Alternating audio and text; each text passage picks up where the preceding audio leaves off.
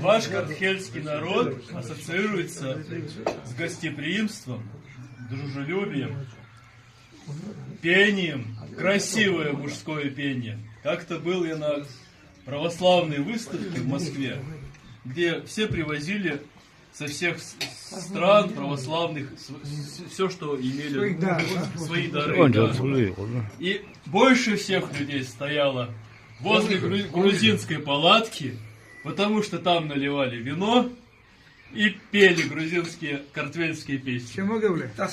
И говорили тосты. Все ушли со всех палаток, все пришли к этой палатке картвельской, грузинской. Может быть, мы здесь это услышим и увидим. Грузинские песни, картвельские песни. А? Тут что-то...